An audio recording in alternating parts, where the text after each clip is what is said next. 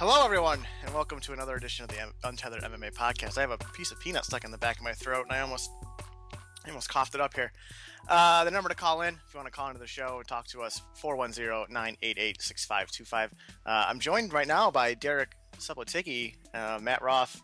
Shockingly, not on the air yet. I did my usual bat signal for these two, and Roth responded with, "I'll be there when I be there." So I'm sure hopefully Matt doesn't repeat what he did 6 weeks ago, but I imagine we'll just eventually hear his voice kind of pop in here. If you want to reach us on Twitter, you can reach me at It's Mike Fagan. You can reach Derek at FightLinkerSubbo, and you can reach Matt at MattRoth512. And Derek, you brought this up right as our music hit. It appears Mark Hunt is out of UFC 146. Yes, he was slated to fight Stefan Struve on the heavyweight card that's coming up here, which is, lost a little bit of luster, but I still think it's awesome. And now he's scheduled to fight against LeVar Big Johnson. And it presents the same problem for Struve before. He's been knocked out a couple of times. He's proven a little bit chinny, and LeVar has that. But I'd argue that LeVar might even have a shittier ground game than Mark Hunt. And now I get to root for Struve 100%. That was a fight where I was going to be happy and sad no matter who won, because I like both guys. Now, as much as I like LeVar, I love Stefan Struve, so I want him to win. Yeah, and it's an interesting fight too, because we've seen LeVar hit hard. I'm guessing this is Matt Roth on the air now. It's me. What's up? that heavy, comfortable breathing normally presages the arrival of one Matthew Roth.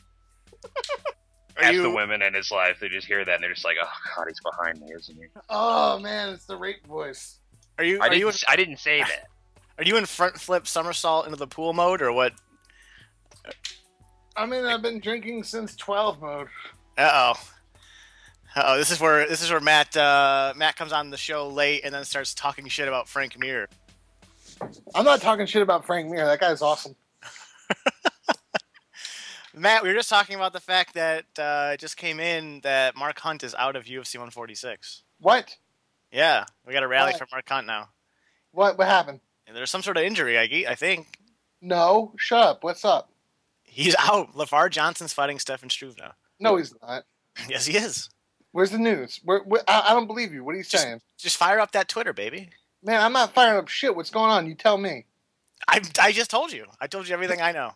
Is this what you add to our radio show now? You call in late to find out the news? Yes. We can get this on a routine basis from other people. Man, I'm like my dude Front Row Brian. I break the news.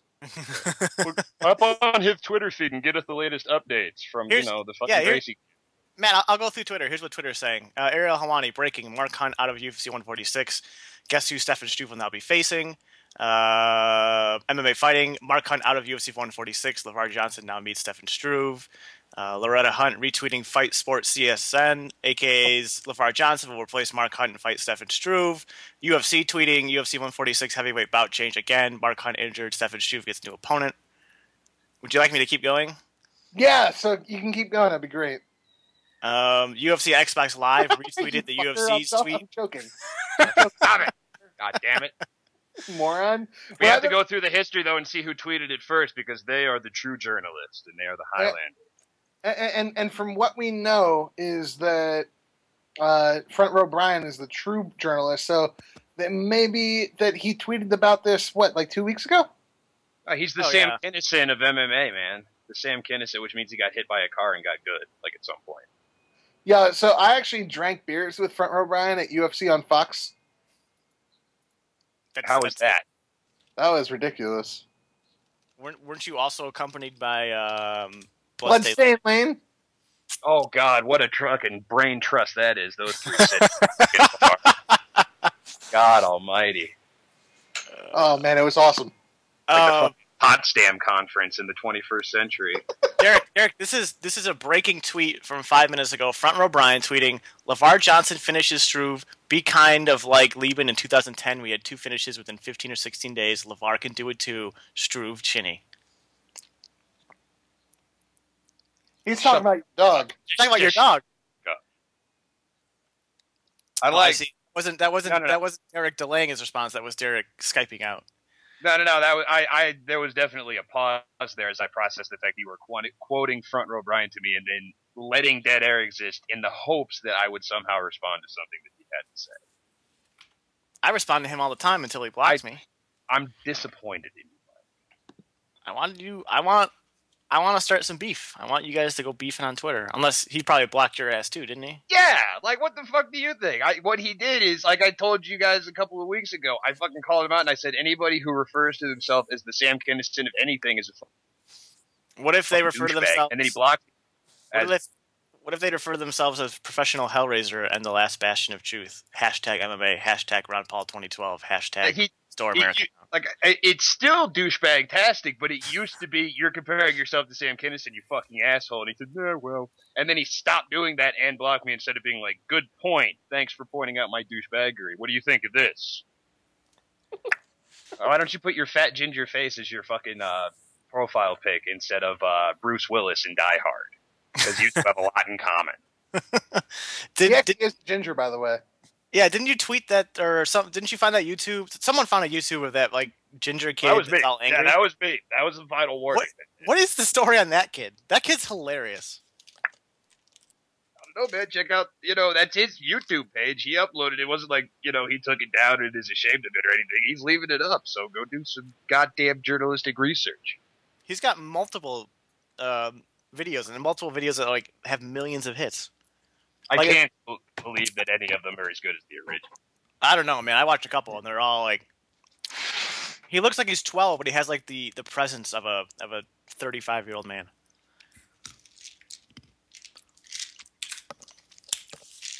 And that's talk. That's talk, dead air. I'm trying to talk to you about this fucking ginger on YouTube, and you just leave me hanging.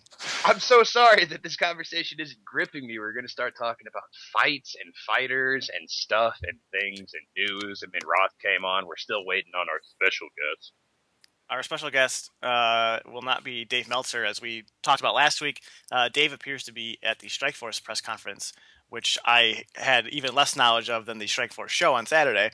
But we will be joined, hopefully, by MMA Mania's Geno Mrosko. Hopefully in a couple seconds here. So yeah, let's get into the fight talk, Derek.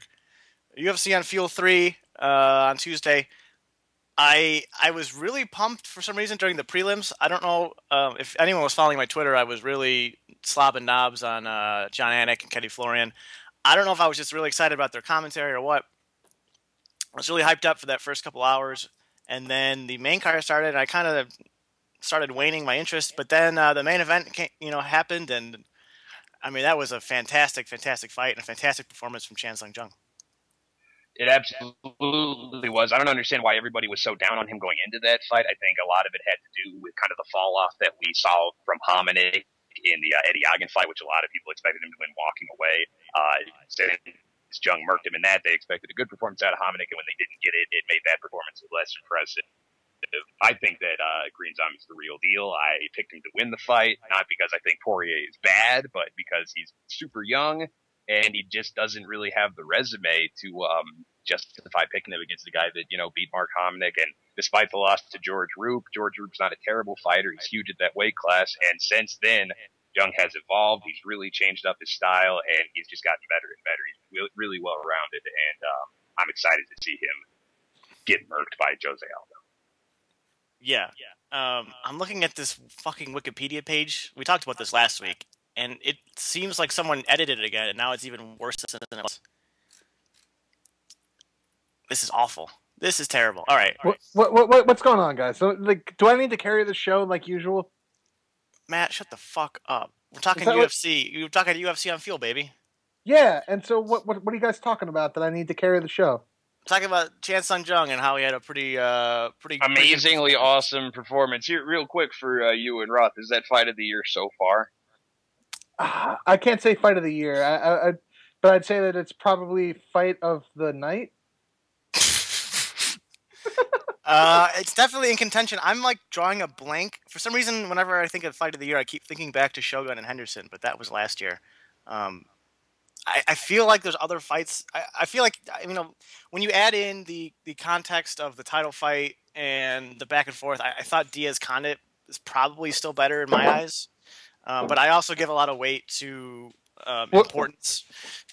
Yeah, but what about like Benson Henderson versus Frankie Edgar? Yeah, Benson Henderson and Frankie's definitely got to be up there. I mean, the other thing that kind of hurts this fight for me is that there were moments where Poirier, he got his offense in, but there was never a point in the fight that I thought he was winning it or was close to finishing, which kind of hurts. When you look at those other fights, there was a lot more back and forth action, and in both of those fights, Diaz and Condit and Henderson and Edgar, you could make an argument for either guy winning it, although I thought the decisions were pretty clear. Yeah, I mean, but the one thing I want to talk about the Fuel card, I want to talk to Derek Sabatiki about his boy, Donald Cerrone. I want to get your thoughts, Derek. What's going on, man? I'm wearing my my Cerrone tap out shirt right now. It's the only tap out apparel that I own. It is complete with a skull, cowboy hat with the Indian feathers, and a smaller rattlesnake skull on the cowboy hat, and angel wings protruding from the skull. So it's like Inception. It's a skull within a skull. Inception. It's essentially, it's like the epitome. It's like the archetype. It's Plato's realm of forms of MMA t-shirts, and I'm wearing it right now because I'm such a big fan of Donald Cerrone. He looked amazing. Jeremy Stevens, for all the shit that he talks about being aggressive and getting inside, he couldn't do anything on him. And when a guy is that good of a Muay Thai striker and hits you that hard, you're a little weary about just running headfirst into a knee. It spooks people. I wish that we had seen that kind of calm, distance fighting game plan, heavy on leg kicks against Nate Diaz. I wish that he wouldn't have let his emotions get the better of him in that fight. Yeah, go ahead. Yeah, no, the one thing that seemed was that he was that he was having fun the other night. Like, it actually seemed like he was actually enjoying being in the cage. I don't know if you can, if you want to blow up his spot, if you know what was going on, but in his post-fight interview on Fuel with Ariel Helwani, it seemed to be like super, super emotional and didn't really want to talk about what was going on that had him, super emotional. Do you have any idea, any insight?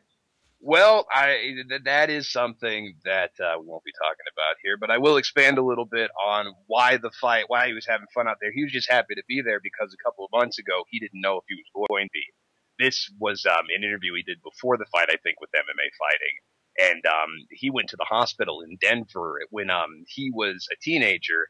He was riding an ATV and attempted to jump and came up short and had a lot of internal damage, shattered his rib cage. And they had to pretty much split him open from the bottom of his sternum all the way down to the top of his pelvis, one big scar, in order to go in there and fix everything. So there's a lot of scar tissue there. It caused an obstruction in his intestines. And they thought they were going to have to go in and operate. And if they did that, he was going to have to get out of the fight. Instead, what they do is like what they do for horses when they get colic, is they run water through the intestines in an effort to get the kink out and to get everything running smoothly again. And that worked. But that was the reason that this whole fight was in jeopardy. He didn't know whether or not he was going to be healthy. And not only that, but now he's coming off of a win like that, and he's angling for the Denver card coming up here in August. I think a lot of that added up into what you saw after the fight. Okay, yeah. There's more to the story, but you just can't. You don't really want to talk about it anyway. Not at all. Not even a little bit. I've joked with it before that we'll be at a bar and he'll say something. I'm just like, if I was a dick, I'd go write that right now. But I'm not a dick. Right. I think the other thing too, though, is you look like you're having a lot more fun in the cage when you're not getting your ass beat. Obviously, Cerrone put a real good beating on Jeremy Stevens. I know. Oh, this sounds terrible. We've got an airplane flying overhead. I know. Is that Geno? It's so weird because Erica, cut this fucking thing off. It's ghosted out. Can he talk? So bad. Whoa! This is why we don't have special guests, and Matt Roth is the co-host. This is why we can't have nice things. I was gonna say I saw Smoogie MMA. I don't know what his real name is. He tweeted during the show. That Steven should have followed the Nate Diaz game plan and just gone with real basic 1-2 boxing. But the problem is that Nate Diaz has a reach advantage on Cerrone and about 5 inches on Steven. So, Steven's whole issue. Diaz is like a 6-foot lightweight, which they're up, and so is Cerrone. And Stevens needed to try to get inside, and Donald was doing a real good job of keeping him from doing that. And when a tall, lanky guy can prevent you from getting inside, real tough to win a fight like that. Yeah, but I mean, like, kind of going back to what I was saying before, like, he was having so much fun in the cage. Like, he dropped down to like fake a takedown and then came up with a spinning back elbow. Like, Donald Cerrone's never done that before. Like, he's never dropped, like, faked a takedown and then come up with a back elbow. I just think that he was having fun in the cage just because, he didn't show any of the mental wear and tear that I thought he was going to have following the Nate Diaz fight, and he was doing shit that he's never done before. Yeah, and the last thing I want to talk about in the Fuel Show, a lot of people talking about afterwards, and Dana White pretty much confirmed that Chan Sung Jung is going to get the next featherweight title shot after Aldo beats up on Eric Koch. And as much as I like Chan Sung Jung, and as much as I think he's improved over the last couple of years, he still gets hit in the face a lot. And I just don't see any way that he's competitive for more than a couple minutes against Jose Aldo. Okay, well, let's ask this question. How many featherweights in the world do you see as being competitive against Jose Aldo? 0? Honestly, Hioki's the only guy I could see giving him problems. And a lot of that's well, I mean, we have Jung right now as like number 3 in the rankings, I believe. That seems pretty fair, right? Oh, no, I'm not saying that. I'm not saying this in the sense of Jung doesn't deserve a title shot. I'm just saying if and when they fight, I just don't see it being particularly competitive, given Jung's weaknesses and Aldo's strengths. And it looks like we have Geno Mrosko again. Is it blown out again or what? Man, it sounds better. Before you sounded like dog shit. Is it Mrosko or Mrosko? I've always said Mrosko. It's actually Mrosko. Okay. It's like people say it like there's an O between the M and the R, but it's Mrosko. Is it a Polish name? What are we dealing with here? Slovak. Slovak. So what kind of jokes can we tell? Don't fuck with those Balkans people, all right? We'll cut your fucking hearts out. Yeah, I don't know any Slovak jokes. We'll just pretend you're Albanian and go crazy on your asses. Don't fuck with us. I was told my whole life it was Hungarian, and then my brother did some research like a year ago, and he's like, "Nope, we're Slovak." I don't really give a shit where it's from. It's just a name. All right, so everybody, this is Geno Mrosko. What up?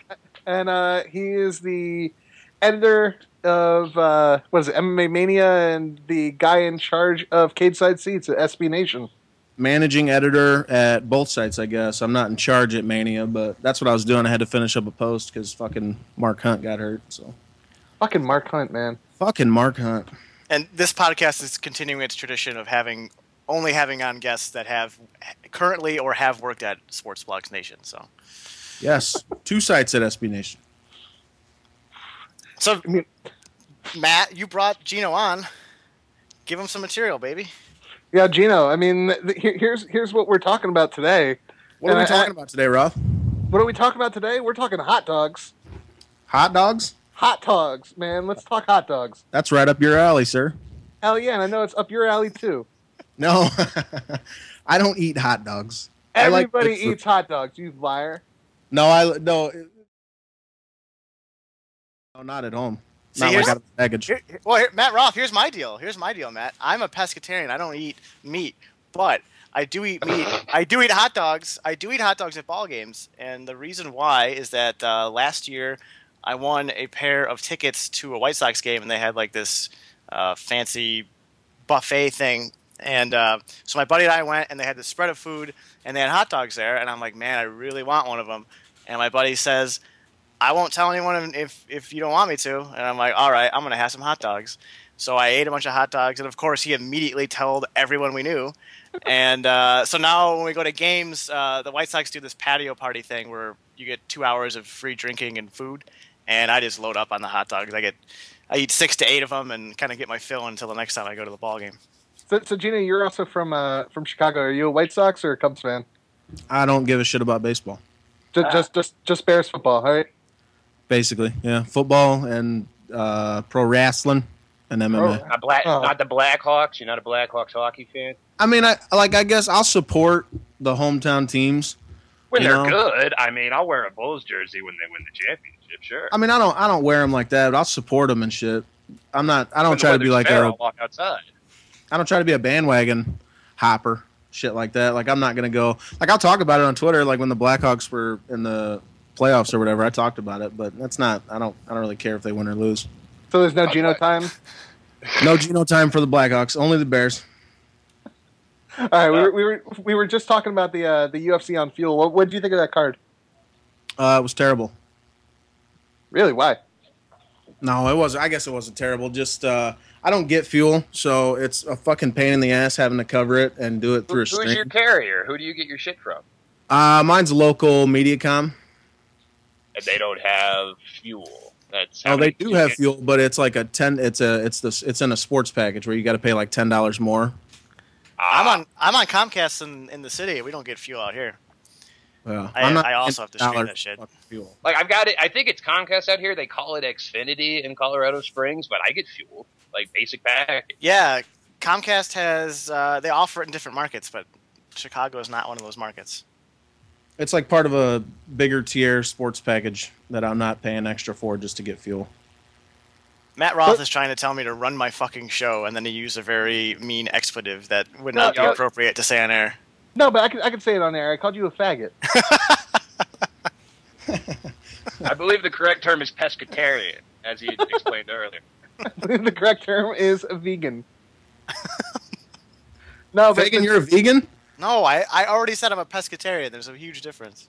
I don't eat animals with hooves and feet. Right? That's what a pescatarian is. You can I guess snakes. I eat fish. I eat a lot of fish. Could you have like a salamander, or would that be crossing the line? Do you eat salamander? I'm asking you a question. This is your I would not eat a salamander. Mike Fagan, this is your life. This is my life. So we're getting into the Strikeforce show on Saturday. There's a Strikeforce show on Saturday? There is, and it's Josh Barnett and Daniel Cormier, and then Gilbert Melendez and Josh Thompson, and then a bunch of fights I don't really care about. I thought Josh Thompson was hurt. Yeah, I thought that was the rumor, but he talked a little bit of shit on said media for propagating rumors as they've been wont to do lately. Outside of one particular media member, who else was talking about Thompson being hurt? Meltzer. Meltzer. Meltzer in his latest newsletter said it like it was true, but I mean he followed it up quick with the whole exchange that Thompson had on Twitter. So I mean he does that a lot. He'll say some shit and it'll be like kinda reporting it, but not really. So later on he can go back and say, "Yeah, I didn't really say that." But it's an easy way to confirm or deny something. Just report it and then let somebody say, that ain't fucking true. It's like, hey, I found out this isn't true, guys. Well, the other thing here though is that if Thompson did hurt his knee and he's still planning on fighting, he's not going to want people to know that. He's going to deny it no matter what. So you're not going to find out until after the fight if he decides. Actually, I mean, why would he care, like, going into a fight? Like, yeah, I'm a little banged up, but I'm going to fucking fight. Like, he doesn't care what the books have to say about it. This is all about money. This is all about the sports books saying, no, both these guys are healthy going into this fight. They don't want the lines to shift this close to the card. You think Thompson's cool with Melendez knowing about where he's injured and how serious it might be? Well, why not? I mean, it's the same thing as like Frank Mir coming into the Brock Lesnar fight with tape on his knee, even though there's nothing wrong with it. It's just to throw a guy off. It's also there can be subterfuge as well when you say that something's hurt when it's not, or you have a training buddy leak something when it's not. That was a big concern during the Jones Rampage build-up. It's all like NFL scouts. They'll go scout a player that they have no intention of drafting just to up his stock with other teams. That's going to happen in this sport too. Well, if did that's anybody the case, report it besides Meltzer? No, yeah. I mean, your buddy Front Row Brian reported it. Don't call him my buddy, sir. Don't call him a reporter. Yeah, just say don't call him. That's not reporting. There's a difference between tweeting and reporting, like accountability. Your really good friend Front Row Brian reported it. Oh my god, it's embarrassing for MMA, dude, that it's gotten to this point. That's what I said. Melendez, unless he follows that dipshit on Twitter, how could he even know this? I doubt he's online right now, fucking cruising the threads and looking to see if anybody's talking about Thompson being hurt. He's always hurt. Man, but he is part of a big camp, and you know that they probably have an intern or two or a media wing, just like, you know, with a Google alert on Thompson, check up on this shit. And if it popped up, I'm sure it got back to him. I suppose you're right.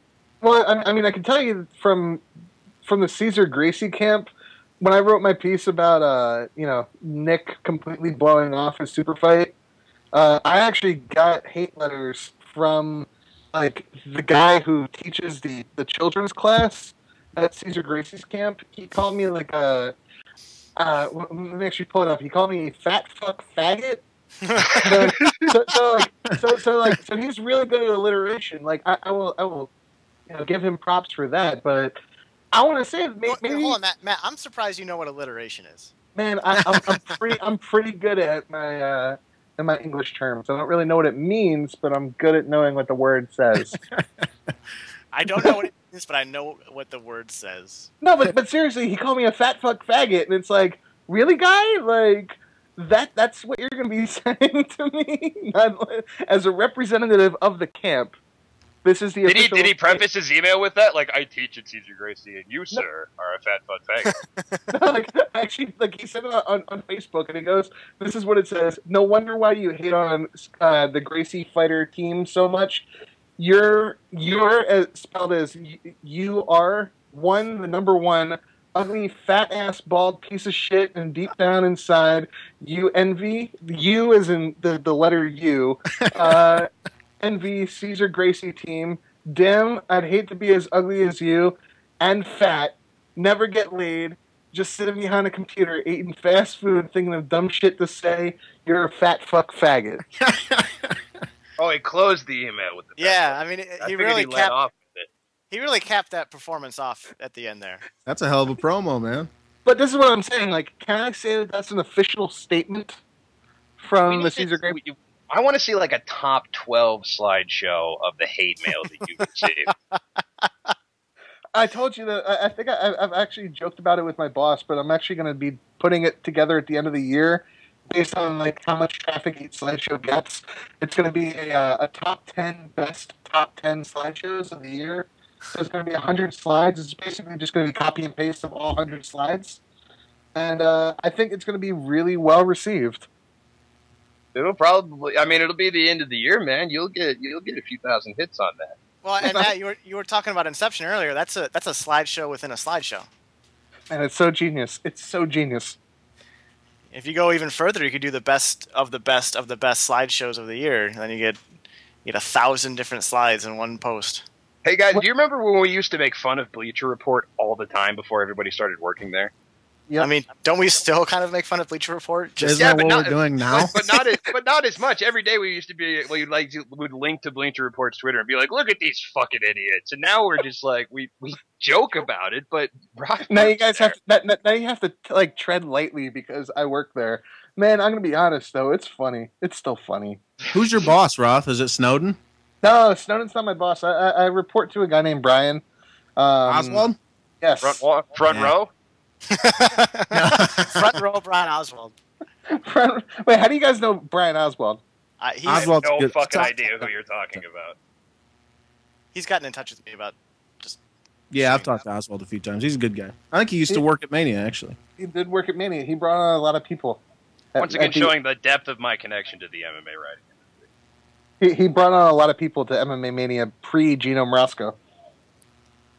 Yeah, but he got a hold of me a few times on GChat, so he's a good guy. Yeah, so that's my boss at Bleacher Report. We're trying to change the reputation because I mean, shit, we're still getting people saying shit like top 10 most influential moments in UFC history, and they're fucking naming a video game.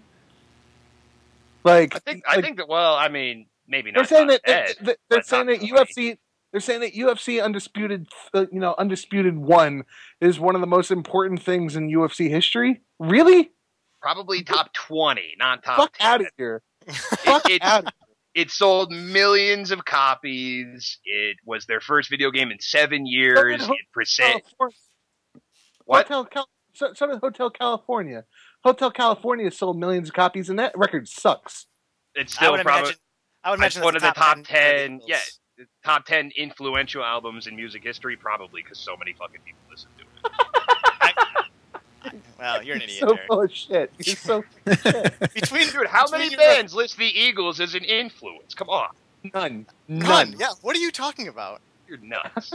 Absolutely. All those kids listen to it. Everybody wants to pretend they're too fucking good for it. Y'all need to take it easy. Between your Avengers knowledge and your opinion on butts and this now, Man, Derek. Yeah, wait, did he hear his opinion on butts last week, Geno? I did not. I said best ass in WWE history was Stacy Keibler. I don't even know what to say to that, sir. What do you got her fourth? Like, where do you have her? Fuck. Me and Sergio were. We know you have a top 10 list. No, me and Sergio. It's funny on the we just did the Cage Side Live podcast on Monday. We were talking about the top 5 divas. Stacy's like number 1 for me, but not for her ass. I mean, that's not. She barely has an ass. I don't know, dude. There's too many. I like them high and tight. I guess I like them perky. You guys like mom? It's long and low. Who did you other guys say? I didn't have an answer, but I knew it wasn't Stacy Keibler. I just knew I was wrong, but you're not willing to take a fucking position. You're talking about just the ass. Just the ass. Just the ass. I'll say Victoria. Didn't you say Trish Stratus last week? No, I said that she was a sex. Trish Stratus. And Hoots, I agree with. She had the best rack. I said Hoots was Trish Stratus. I'll say best butt in WWE history was Billy Gunn. Yeah. No, Somewhere the best... Bob Backlund is crying. So the other thing about the Strikeforce show, guys, is that this is the finals of the Grand Prix, and it's been well over 13 months, 14 months. Yep. And it's gone through a number of changes. Obviously, Cormier in the finals is a replacement for who did he replace? Overeem, because he got cut. Because he got his ass cut, and then Barnett got himself through that walk in the park portion of the bracket. That murderer's row. I remember writing about that and just saying this was set up for Barnett versus Fedor, whoever won. Because the one side of the bracket had Overeem, Werdum, Fedor, and fucking Bigfoot. And the other side was Barnett, Sergei Karatanov, fucking Andrei Arlovsky, and who's the fourth? Wife beater? No, and the wife beater. And the wife beater. And Brett Rogers. What a murderer's row for fucking Josh Barnett to trounce through. Man, the wife beater is a really good fighter, though. I hope that Barnett wins it and they sign him to fight Mike Russo. Yeah, isn't there some deal? I thought I saw on Twitter that Cormier said that the winner gets. Yeah, is that a +1? They have to fight one more time in Strikeforce against a UFC fighter, and then they're going to have to bring over someone from the UFC. They don't have any heavyweights in Strikeforce anymore. That's interesting. Who's going to? Who's the second? Some donk. Some donk that doesn't mean Sapp. anything. Hopefully Bob Sapp, or it's going to mark the return of Bobby Lashley. No. I want James Thompson because he just beat Bobby Lashley in the super fight. Man, James Thompson is he's starting up his career again. The guy is looking good. Man, if I'm Barnett and Cormier, I almost don't want to win just so I can get right into the UFC. I think it'd be kind of funny if Barnett fell on his back and tapped. What would he do? Finger poke of doom, part 2. Exactly. What would actually happen if there was a roll-up? The ref just sits around confused and then hits the mat 3 times and they ring the bell. I've always wondered that. Like, what would happen in MMA if there was a complete fix in and the referee had no idea and the guy just rolled him up, like grabbed the leg and just rolled him up. Like a small package. Like a small package in MMA would be the funniest shit to me. It would be funny. The other issue, too, though, on a more serious note, is what if this fight goes to a draw?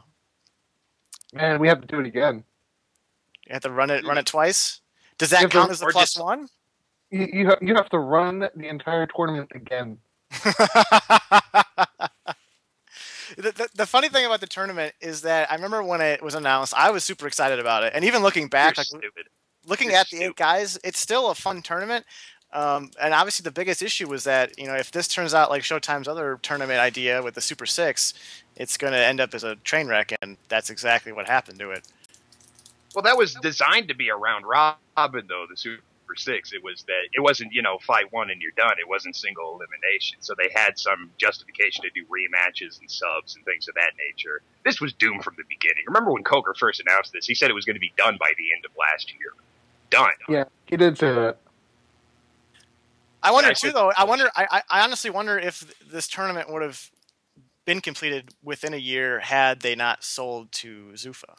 No, because they already were talking. Even before the purchase, they were talking about the finals being in like January or February. There was no way they were going to get it done on time. But weren't they also going to do like a lightweight tournament as well, or like That's a middleweight, or like a middleweight tournament? I remember like another tournament being discussed. No, the middleweight was what they were going to do because they had Rockhold and Jacare and Kennedy and a few other guys that couldn't find fights, and they eventually just said, "Yeah, we don't have 8 guys that we would feel comfortable doing this with." Well, I also heard when they re-signed Melendez that one of the selling points was that they were going to do a lightweight tourney.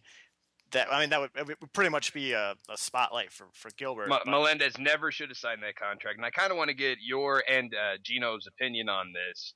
Melendez re-signing with Strikeforce, I think, absolves us of any responsibility to feel sorry for his current plight, being unable to find an opponent. It was a small pond when he re-signed there.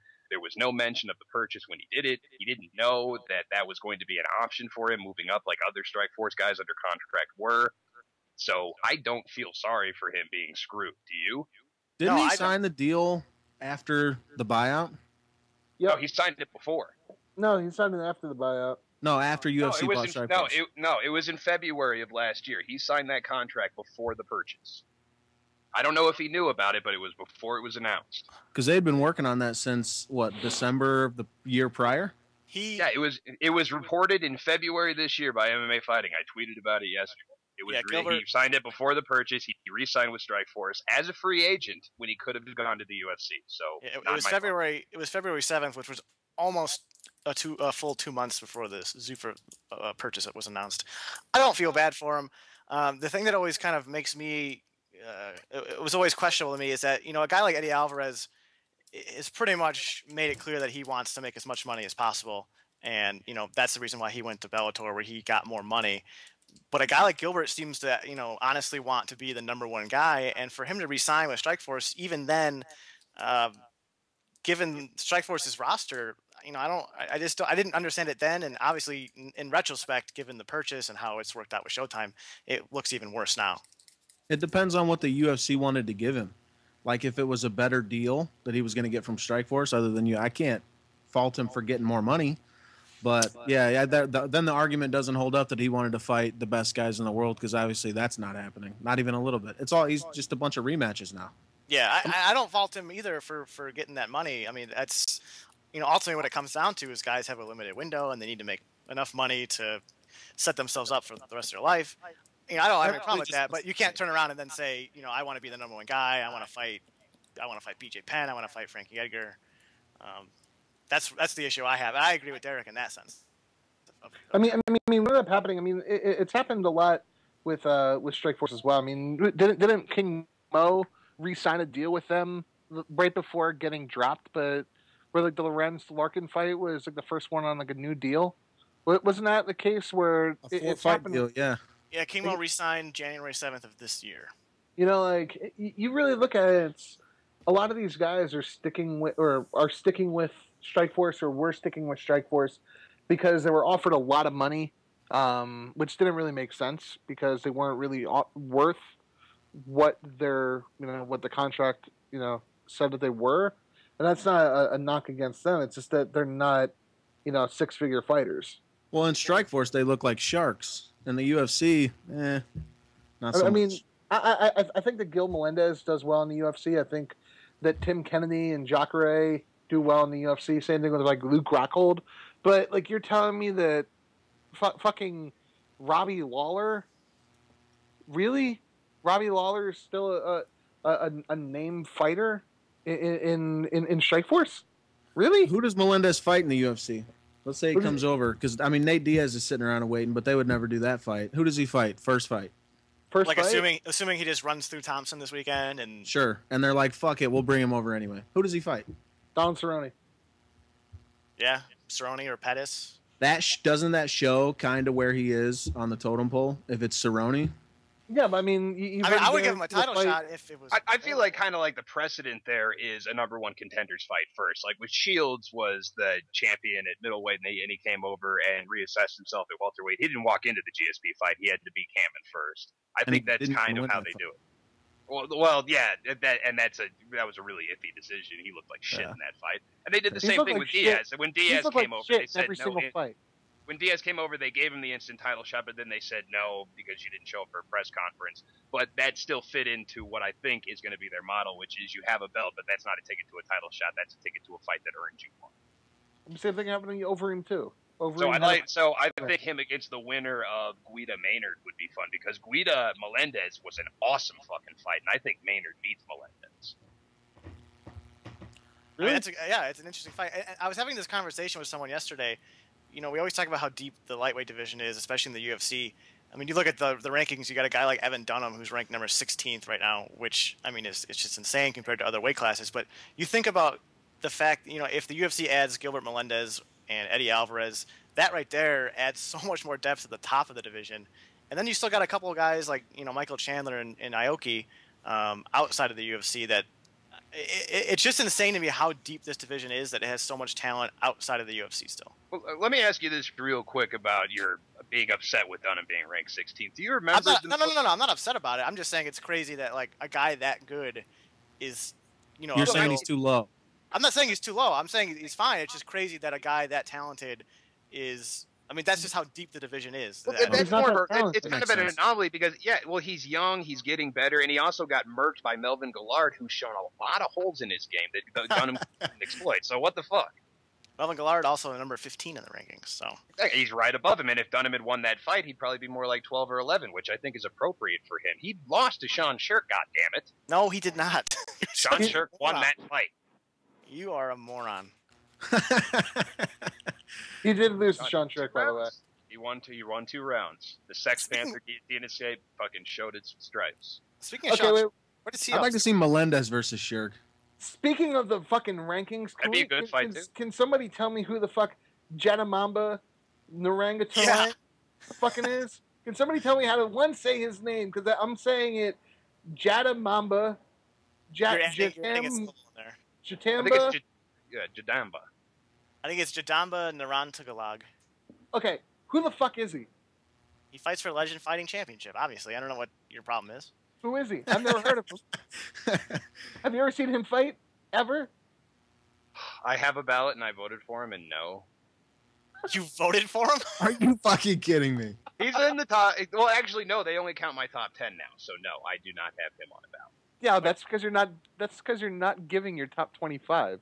No, I gave my top 25. I worked with Richard Wade for like an hour, and then he just said, "You know what? I talked to Nate. You're top 10 now." Wow. Executive After I put in all that fucking work, too. Awesome. The rankings are terrible. Do we really give a shit about rankings? Yes. Yeah? I care because I'm still listed as a contributor. Oh, yeah. That's why we care. Why we talk about it. It's why we debate about it. It's why we look at it. Because I'm still listed. I'm not actually a contributor anymore. I have no abilities to comment on any SB Nation site anymore. But I started my ballot when I was banned. I was doing it for 9 months when I couldn't comment. Yeah, different kind of thing between. Gentlemen, we're going to play a fun game here. We're going to go through Jadamba Narantagalog's fight record here. Okay. I'm going to try to pronounce these names. And we'll start from his most recent fight to his first fight. He beat Yu Chul Nam. Never heard of him. He beat Adrian Pang. He beat Katsunori Yokota. He beat Akihiro Gono.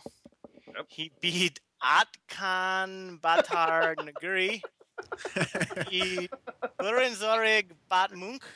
Yo, you need to be more confident here. Run through these. He need Bernung Sakhozen. He beat Watari Mickey. Wait. Can you stop for on. 1 second? Stop for 1 second and then announce the rest of them like Bruce Buffer. Oh, I'm not doing that. Come on. I can't do that on the spot. In the Do Bruce it. Buffer. He lost to. Time for Shadowlang versus Akpan. Nice. Stop it. He lost to Toshikatsu Iseno, and then he lost his debut against Norifumi Yamamoto. So that's his record. That he is worthy of a tied for 24th spot on the SB Nation ranking. So he hasn't lost a fight since Yamamoto? No, he lost his second fight to Toshikatsu Iseno, but he's undefeated. He's undefeated since, and he beat Gono. That's decent. So but he's tied with George Soteropoulos, who's somehow behind Rick Hahn. He beat one guy. What was the last George Soteropoulos win? God, you're making me Wikipedia all this bullshit. I genuinely don't. I remember getting him getting his ass kicked by Dennis Seaver. What has he done since then? George. Didn't he beat Roller? No, he didn't beat Roller, did he? I don't think that fight happened. Roller got beat by something. No, they did Roller Gallard, which was just mean. I don't know what Roller's done since. Soteropoulos lost his last fight to Rafael Dos Anjos. He lost to Dennis Seaver, and then he had that win streak with Lozon, Pellegrino, Stevenson. Right, but he's lost two. But he's lost two straight. That's not a ranking to bitch about. He's lost two straight, and they're about to have him coach that fucking tough Australia versus UK. Yeah, well, there's a lot of Australian fighters to choose from. Like, what do you want? Have James Tahuna do it? James Tahuna as a contestant. Jesus, that's terrible. That's why Tough needs to die. Is Anthony Parash busy? Is he? Is he? Probably not. No, but seriously, can we talk about how bad that Tough's going to be? Yeah, who are they going to put on that? Pearson and I'm talking about as the coaches, and then a bunch of chodes. Yeah, what kind of fighters? I mean, they can hardly scrape up enough fighters in the U.S. for that show. Who are they going to find in England and Australia? I don't even think it matters. But here's the thing: are there 8 Australian fighters? I'm not being sarcastic or funny in any way. I'm actually asking. Like 8 professional, well-known Australian MMA fighters? I don't even mean well-known, just 8 professional Australian fighters. What was that, Derek? Derek, you're the worst. Derek is the absolute worst. Derek is the absolute worst. We kind of touched on this guy earlier, but I kind of want to get into this. Derek's mumbling into his microphone now. We kind of touched on it earlier, and I just want to kind of brush by it again. Dave Meltzer got into a little bit of a tiff with Dana White, or more, Dana White got himself in a tiff with Dana White. I don't see any problem with what Meltzer did. I don't understand why Dana went off on it either. Because he's a child. No, he's not.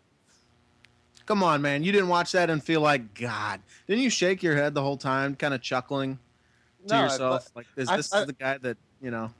I thought that in the background they were going to start playing "No Chance," but number 8. That's what it was, dude. He called Meltzer.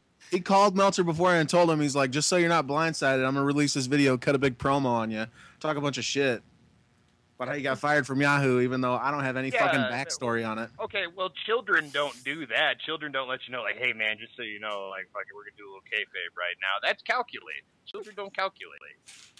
I just like that Dana White is such a huge pro wrestling fan. What makes you say that? Well, everything that he does is pro wrestling. Everything. No. If everything he did was pro wrestling, we'd be looking at Kimbo versus Brock 3 coming up here to headline a pay-per-view. They would have made that fight instantly. Say what? Is Dana White a babyface or a heel? He's a tweener. Tweener, you think? He's got to be. He's an anti-hero. Well, then who's the hero? Who's the hero? Matt Hughes. They were in cahoots, though. That was like Steve Austin is the corporate champion. Man, seriously, like, I wish that the UFC was a little bit like the WWE, but, like, not too much where you go, fuck, like, there's fixes in, but I wouldn't mind somebody like Roddy Piper in the UFC. Fighting? Not now, but, like, Roddy Piper, the one that decided to shoot on Mr. T at WrestleMania 1, that Roddy Piper, I think that he could be UFC champion. Dude, really good sleeper hold. Really good sleeper hold. Decent boxer. And he decided to go old school and just, mat-based wrestle fucking Mr. T. It's amazing. Amazing. I mean, he did it a little past his prime, but he slept Hogan. I mean, that's a quality sleeper hold. He did sleep Hogan. Not many guys sleep Hogan like that. I guess the crowd wasn't chanting loud enough. Geno? Who from old school WWE would you like to see in the UFC if, like, primes and age wasn't an issue? John Tenta. Who? John Tenta. What, Earthquake? Yeah, Earthquake. Tatanka. Jimmy Snuka.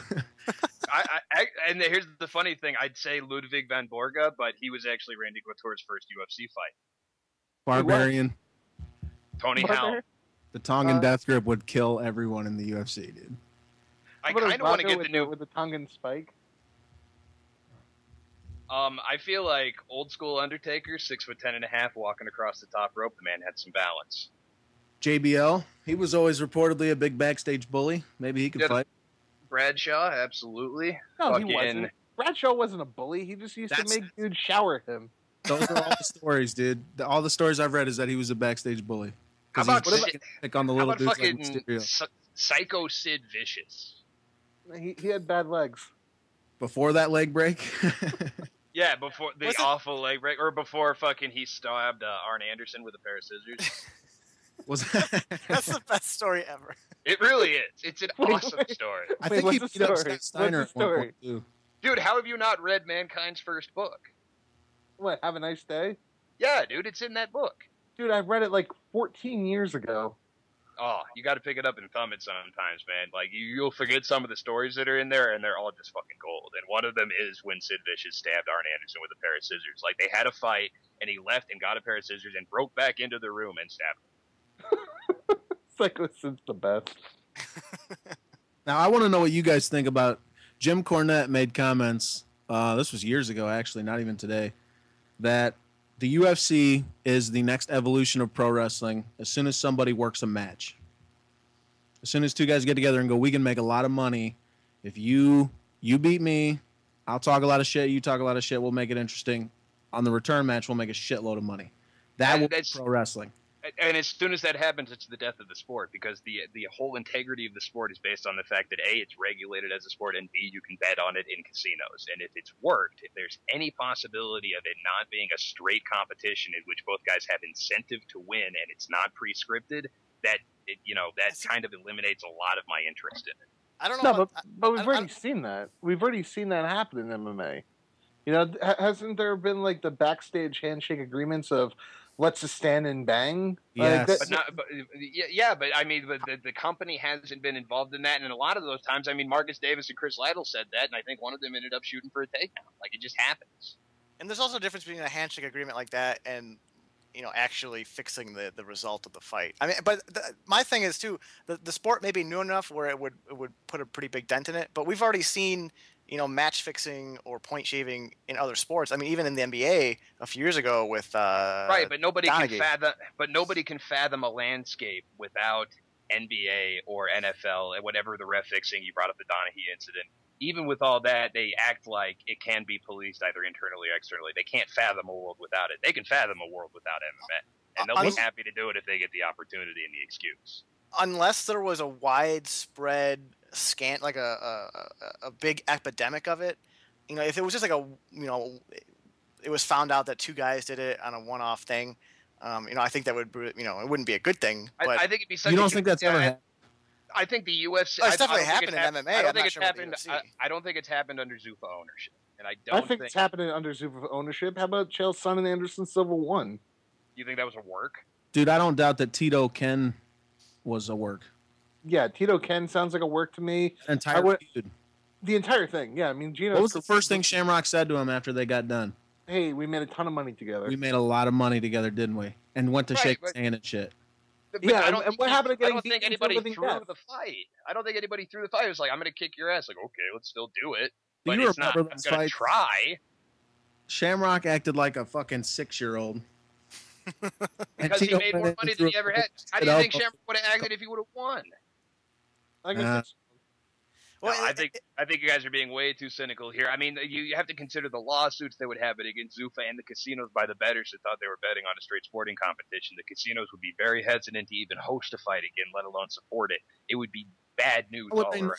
How would they know? Well, you're talking about it coming out, so that would be the genesis, like a worked fight. So when that quote comes out and somebody says this is when MMA turns into pro wrestling, it has to be public knowledge. But it happened in Japan all the time, right? Yeah. Yes, absolutely. I have it all the time in Japan. And to kind of piggyback Derek's point here, I think if Shamrock had worked any of those fights, like legit worked the fight itself, I think given his relationship with the UFC and how much shit he's talked, I think he would have come out and said something by this point. No, but I mean, or at least blackmailed the UFC about it. But do you at least remember the Shamrock Franklin fight? He took a fucking serious dive in that fight. You took a dive on that fight, guys. Like the Phantom Trip. Yeah, the Phantom Trip when he just when he didn't get punched in the face at all and he fell to his back. I think a fighter deciding that they're done is way different than a fighter deciding before the fight with the other fighter and with the promotion who's going to win. I'm saying that anything involving Ken Shamrock is probably suspicious. Shoddy shit. He went into business himself a few times, no question about that. Let's look into your Anderson Silva Chael Sonnen idea. Do you think that Silva's looking to put Sonnen over? Do you think Silva's looking to make Sonnen a rich man? I think that both of them. Do you think they hang out and smoke cigars and make fun of us when we're not looking? I think that both of them have recognized that they're going to make a ton of money with each other. Is that why Silva had to be fucking talked into taking the fight in Vegas and given, a reported hunk of money in order to do it? Otherwise, he wasn't going to. Who said that, though? Which kind of going with what Geno said about, I can't remember his name right now. I'm kind of blacked out. But, where he said somebody's going to, Cornette is going to, said that there's going to be a work fight and there's going to be a feud and they're going to make a ton of money with each other. How about the first fucking fight? You really believe that something happened within 4.5 rounds, beat the shit out of the dude, and then the last half of the fifth round, there's a Hail Mary triangle choke. Then for the next 3 years, dude builds up the fight, and now they're gonna have the biggest card ever on Super Bowl weekend. Well, they didn't do it Super Bowl weekend. Then they wanted to do it in Brazil, and that didn't work either. So if this is some 3-year long con, then they fucked it up really badly. Or they did it really greatly because it's now on 4th of July weekend, and they're going to make so much bank. They would have made more money in Brazil off the gate, absolutely, no question. They wanted that fight. They wanted that fight in Brazil. You know how much money they're getting paid for fucking site fees in Vegas? Are you serious? They wanted to do a soccer stadium show, man. That was the goal. Do you think that? So you think that was all kayfabe? The whole fees, son. Whole thing. Site fees. Everybody, Meltzer and everybody else that has looked into the UFC issue, Jordan Breen had a Brazilian reporter on his show. Everybody has said that the UFC made a really good faith effort to put that card on in Brazil, and it was the province that they were trying to put it on in the city itself that fucked it up because they weren't prepared for it. That was the problem. This is all bullshit. Making shit up. Site fees. It's actually interesting. It's kind of a nice segue into it. Chael Sonnen was on Rogan's podcast this week. That was awesome. Yeah, if you haven't watched it, it's about 3 hours long, and I think all 3 hours are compelling listens. But they actually talked about work fights at one point. Chael brought up Dan Severn, and I think it was Shannon Rich. I don't know if I've ever watched it, but I've heard of stories about that fight. It's on YouTube, I believe, if you can Google efficiently. And they were also Chael was also talking about Sean Salmon, where he had that fight where he kind of admitted to falling into an armbar, I think it was. Yep. And he took some heat from that. And Chael said it was, Chael looked at it more as a look into the mind of a fighter who just, didn't want to fight that night or just didn't feel like he had it in him to give it his all. But, I have a hard time believing, and part of this is me kind of being naive. I think that professional sports are ever going to be fixed like that, which is funny because I'm so cynical about NCAA stuff. But I just have a Black Sox fan, and I'm a Black Sox fan. Yeah, and I just have it's just hard for me to believe that the UFC would be involved in something with fixing fights. I mean, maybe the fighters themselves. They could make a little more money by They could make a little more money by fixing fights behind the scenes, but they stand to lose everything. There have been too many times. There have been too many times where they didn't get the desired outcome for me to think that they did try to fix fights. Brock Lesnar would be UFC champion right fucking now.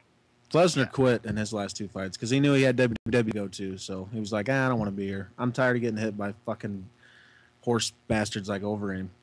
Well, goddamn. I mean, before that he came back from his surgery, went 1-1 against undefeated monster heavyweight, and then he lost the fight to Overeem. still pretty decent run as a heavyweight in mixed martial arts. Sure. So Derek, if we ever got to see it, who do you think would win, Brock or Fedor? Brock. Really? I picked Brock right after I saw Fedor versus Rogers, which turned out to be the last fucking fight that Fedor won in Strikeforce.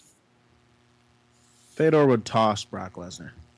I think Fedor is a half-inch taller and 5 pounds lighter than Pat Barry. And he would throw one of those goofy-ass overhand rights, and Lesnar would fucking go head. running across the cage. They'd break his head. If Lesnar had just stuck with his original bull double leg game plan, which he never fired against Overeem, he would take Fedor down and beat him up. Fedor has no guard. I think a lot of it depends. I think a lot of it depends too. Guy has no guard. Just swept Kevin Randleman after getting dropped on his head. Yes, Kevin Randleman, Kevin Randleman, a light heavyweight in 2004. This fucking guy. That was 8 years ago. I think a lot of it depends on head. I think a lot of it depends. Ago. Would you two fucking shut the fuck reelected? up? Oh my god. Let Fagan talk for fucking.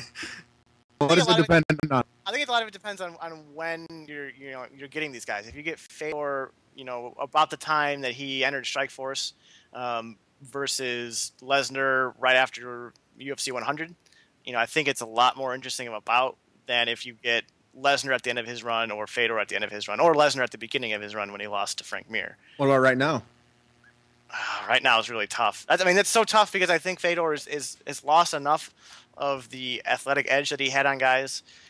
But Lesnar's also, at this point, you have to say that Lesnar just simply does not want to get hit in the face. His confidence is low after his loss to John Cena, so I don't know. But he has become a really good catch-as-catch-can wrestler. And he learned how to throw elbows, too. Can we go back and talk about that for a second? Dude, that Kimura, if he had that Kimura is amazing. He has the best more in pro wrestling. The dream match, the missed super fight that I always loved was when people talked about Couture and Fedor, and the idea that Fedor wasn't anything but a super huge favorite, whether it was in a cage or a ring, always made me laugh because there's no way Randy Couture beats Fedor at any. What made me laugh is that Randy Couture was such a legitimate opponent for Fedor, and then Brock beats him 2 months after that discussion was happening, and all of a sudden Randy was a career light heavyweight and an old man that had no business fighting Brock. That was my favorite. My favorite was that the fight didn't happen. What does that mean? You wanted it to happen? No, I just didn't want it to happen. I liked. I was working in the conference center that runs the UFC calls when they did that, so I got to work on that conference call. So that was cool. That Randy, I knew about 5 minutes before everyone else that Randy was coming back. Wait, can I tell a fun Randy Couture story? Sure. Who's Randy Couture? Randy Couture. that's when Matt Roth tries saying Couture when he's kind of drinking. But so I was at the UFC on Fox 3 and at the host hotel on Friday night, the night after the weigh-ins. Like 1 a.m, I've been like hanging out with a bunch of people, and Randy Couture comes into the hotel with 2 different women, and he goes into the elevator station. The elevator station? I don't know, the area of the hotel. The area of the hotel for the elevator. He goes by the elevators? Is that the... He's waiting for an elevator? He's waiting for an elevator. He's waiting for an elevator doors? With 2, like, super, super cute blonde chicks. And I started, like, shaking my fist in the air and going, yeah, dude! Yeah, dude! And I got yelled at for doing that. Who yelled at you? One of the guys I was drinking with that is a Randy Couture fan and had to point out that it was Randy Couture. I didn't know it was Randy. I thought it was just some random dude who was going to have a threesome. Like, don't fucking yell at me. He said yeah. He did tip his hat to me, though. Randy did or your friend did? No, Randy did. He kind of like did like a nod, like a casual, yeah, I'm going to go fuck these 2 girls. He's done that nod before. Oh, yeah. We got a couple more topics before we wrap this motherfucker up. And kind of piggybacking on Fedor, reports or rumors that Fedor was going to retire after his bout with Pedro. He fucking said it. He said the same thing he'd said after, I think, the Bigfoot fight, which is, this might be it. I might be done. Yeah, I tend not. I mean, he's already said it twice now. before 2 different fights. I mean, I never believe it when any MMA fighter says that. You got to take it with a grain of salt. Like, I believe Chris Lytle, but most other guys I think are full of shit. And when a combat sport athlete says it, I mean, any professional athlete, hell, you get any like they were talking about Reggie Miller a few years ago. If somebody offered him a couple $1 million to play for the playoffs, just play 15 minutes a game, shoot 3-pointers. It's always a concern. It's always a possibility, I should say. I thought that Fedor article was bogus. Are you saying it was proved to be bogus, or your personal opinion is that it looks? Well, I got sent an email from guy at Low Kick. What's his name? Anton?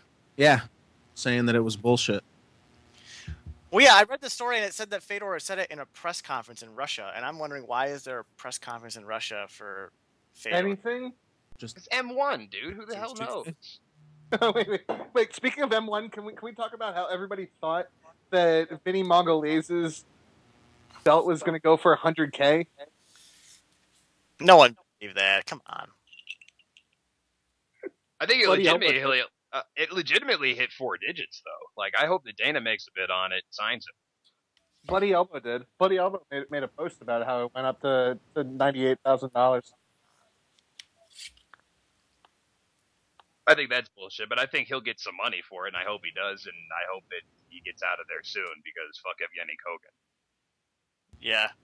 I saw that guy when they came to Chicago. I saw him in the hotel, and he just looks like a scummy promoter guy. You sure you don't want to go like anti-nationalistic against the Russians here? Call him a crazy Russian? I'll call him a crazy Russian. That's fine. There you go. All right, cool. What about Eastern Orthodox as a religion? What if he is an Orthodox, Russian Orthodox? No, but can you give us your thoughts on Russian Orthodox? Oh, I've given my thoughts on that before, Matt, and I will link that blog post if anyone wants it. But can you explain what the backlash was for that blog post? What the what was? The backlash. What do you mean with the backlash? Well, you got some heat for that, didn't you? I got some heat from Nate. That was it. You did. The resident Orthodox Christian on staff, Chris Barton, fucking loved it. And anyone that did read it thought it was hilarious. They got great beards. That's all I'm going to say about it. It was all tongue-in-cheek, and none of it was actually a criticism of the religion. It was really... I took pictures, and I just made funny captions for them. That's it. They got Cage Potato in a lot of trouble, man. You got to watch your ass. Yeah. So, final 2 stories, and I guess we'll lead... Final one discussion point, because I'm hijacking this now. Let's talk about CM Punk versus Daniel Bryan. God, you're an asshole. Well, I think our listeners want to talk about pro wrestling. I just found out that they have a match today. Yep, it's going on this Saturday or Sunday. Well, you guys have your Daniel Bryan hard-ons. I don't know if Geno has one, but you'll get to enjoy that. Sure. Geno's so depressed about pro wrestling at this point. Dude, it's terrible. They just announced today that Raw's going to be a 3-hour show starting in July. Oh, yeah, Nitro-tastic. Yeah, that worked out for TNT beautifully. It was such a fucking chore to watch Raw for 2 hours. Oh, this past week was awful. Dude, it was the worst show of all time. Well, do they have too much content? Like, what are they going to do with this 3rd hour? I don't even know. Fucking bring out Brodus Clay's the dancing dinosaur for another 15 minutes. I hope it's an hour of John Cena promo. Dude, I will kill myself. Having to live blog that shit is the worst, dude. And I grew up on Ace Ventura, and there he is on Raw in the closing segment to a go home show on a pay-per-view, fucking doing the Ace Ventura routine, which is, I mean, in fairness to him, that movie did come out last week. I mean, it's topical and it's pertinent. Yeah. Fucking hate that fuck. I do remember when Nitro was 3 hours. I used to love it. I mean, but I was also 9 years old at the time. What? Or 11 or 13 or I don't know. Dude, it was a chore watching those Nitros. I love it because it gave you that like hour intro to Raw, and then you kind of switch back and forth between Raw and Nitro. I never watched WCW though, dude. Fuck that shit. And also, the first hour of Nitro usually had whatever awesome cruiserweight match they wanted to do. Well, and the Yeah, Nitro Had a girls. good roster too. Yeah, the Nitro girls were definitely awesome. But the best thing is that Sting is one of the best wrestlers in the world and way better than Hulk Hogan. No, Geno, tell me if this isn't the greatest analogy of all time. Sting is Fedor. Yeah. Thank you. It was like one of the first posts I ever did for Cage Side Seats was the parallel between the two careers. Except That's Sting as a beautiful. wrestler isn't as good as Fedor as a fighter. What? No, absolutely. No, Fedor was #1 in the world undisputed for like 7 years. Sting was never that. Yes, he was. Depends on Absolutely what you mean. He was NWA champion. That makes him the #1 Never wrestler. proved it on the he never proved it on the biggest stage. And now he works for a company that he part owns instead of The working. kayfabe accomplishments. Is that what we're going on? Yep, we're going kayfabe accomplishments. Okay. He did sell merchandise in like '97 on the level of like Stone Cold. So, yeah. But as a wrestler, I always he's forget how big not- Crow Sting was. Dead air, dead air, dead air, dead air. I couldn't understand a word what you said, man. I said I always forget how big Crow Sting was. Crow Sting was the best. That character was huge. he was didn't great. Thing. What about Only Red Face behind Sting? Stone Cold in merchandise sales in '97. What about Red Face Sting? What about what? Red Faced Sting? Oh, yeah, terrible. About Sting fake. has been terrible since 1998. Yeah, who is fake NWO Sting? Some guy. With Steve Borden. Isn't that just regular Sting? That's regular Sting. That is the regular name of Sting. No, I have to go and reread that post, because I made that analogy about a month ago, and these guys called me fucking idiots for it. I should know Fake Steam's name. No, yeah, I mean, Jeff Fedor Farmer. never worked for the UFC. Biggest fighter that never worked for the UFC. Sting, biggest wrestler that never worked for WWE. Yeah, and both were offered contracts with the bigger promotion and ended up signing contracts with companies that they owned a part of. And because they never could trust the other guys. Sting said he never went to WWE because he just couldn't trust Vince McMahon. Really? How many fucking piles of money do you have to see go to your friends before you're like, maybe I'll give him a shot? He was worried about how he'd be used. He's a mark for himself, so he's like, if I come in and they fucking bury me and they have me do a bunch of jobs, I'm not going to be okay with that. Well, God damn it. I mean, you're not going to be... Isn't that what Hulk Hogan does, though? What do you mean? Hulk Hogan does the same thing, though. Hulk Hogan is a douche. Hulk Hogan has never jobbed for anybody. He's done like 3 jobs in like 30 years. And he talks about it all the time about how he puts dudes over. It's like, I did all the jobs all the time, brother. Hey, you got to at least You give did credit 2 where jobs. it's due. And he does say, I'd be nothing without Andre the Giant doing a job for me. So he does give credit where it's due. Hulk Hogan is the biggest faggot ever. His daughter's going to kick your ass for saying that. You mean his son? No, I think Brooke Hogan could take you in a fight. I'd probably... You mean his son? pick up on her. No, that's what I'm saying. You mean his son? That's just mean. You and your transgender jokes, that's 2 straight weeks now. And they're very funny. She's about to sign with TNA, so Is she? yeah. For what? I don't know, because she can't make any money doing anything else. Wasn't Where's she the like Lunder- a successful singer? No. She is not a successful anything. Hey, guys. Hey, Brooke knows best, okay? Did you watch that fucking show? No, I don't watch any reality shows. No, but I was amazed there was so- one that existed. Because shit flies into my fucking ear and I can't get it out. Blame Twitter. So, yeah, exactly. It's just the stream of consciousness. She's in a Twitter war with Scott Steiner right now, dude. Wait, she is? Brooke is, yeah. You should go see it. She's like, I could make more money on my back than you ever could in pro wrestling. She said that thinking it was a good thing to say to him, and he's like, yeah, bitch, you could. Get on it. Oh, is Rick Steiner on Twitter? I want to see what Dogface Granolin is up to. Isn't that guy dead? I don't know what the fuck happened to him. Dude, he Yeah, doesn't the seem like Steiner a brothers boy were the to me. best. Hey, A man, Rick the Steiner Steiner- Slam. A Rick Steiner fake Twitter account would be pretty badass. What was it? The Steiner Slam or the Steiner Plex? What was their finisher? Steiner Recliner. The Steiner Recliner. That's it. Or the And- Frank, or maybe. And Scott Steiner at some point was actually a high flyer because he did he invented the Frankensteiner. And now he's done more roids than 30 Alistair Overeems. Big Papa Pump. Big Papa Pump. Holla at me. Overeem has never tested positive, sir. Yeah. Son, can we talk about how dumb Chael Sonnen is when he tries to talk about Overeem? And Yeah, Rogan went after him a little bit on the podcast, but he definitely also let him slide a little bit. I mean, Chael with his whole, they never really found anything in my system that wasn't supposed to be there. No, they just found a bunch of shit that's supposed to be there, but in crazy quantities. Chael Sonnen knows who DB Cooper is personally. I don't get that reference. Did you watch the podcast with Rogan? I watched the first hour and a half, and then I had to watch something else. He spent 25 minutes telling Joe Rogan how he knows DB Cooper personally. He lives up in Oregon. Really? Sonnen's family. That was definitely the weakest portion of the podcast. It was so dumb watching Rogan try to be all cool about it. Like, oh, wow, that's really interesting. But knowing he wanted to just tell him you're a fucking idiot. You can tell that a lot of the time that Joe Rogan was just like, guys, really? This is the guy that I'm going to be talking to about testosterone and drug use? Really? It was his idea. I mean, he could have. Sometimes he'll have more guests on there. Brian Redband didn't say a fucking word, which was nice.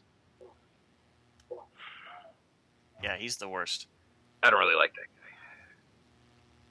guy. All right, I think we've reached the end of this one, boys. I think so.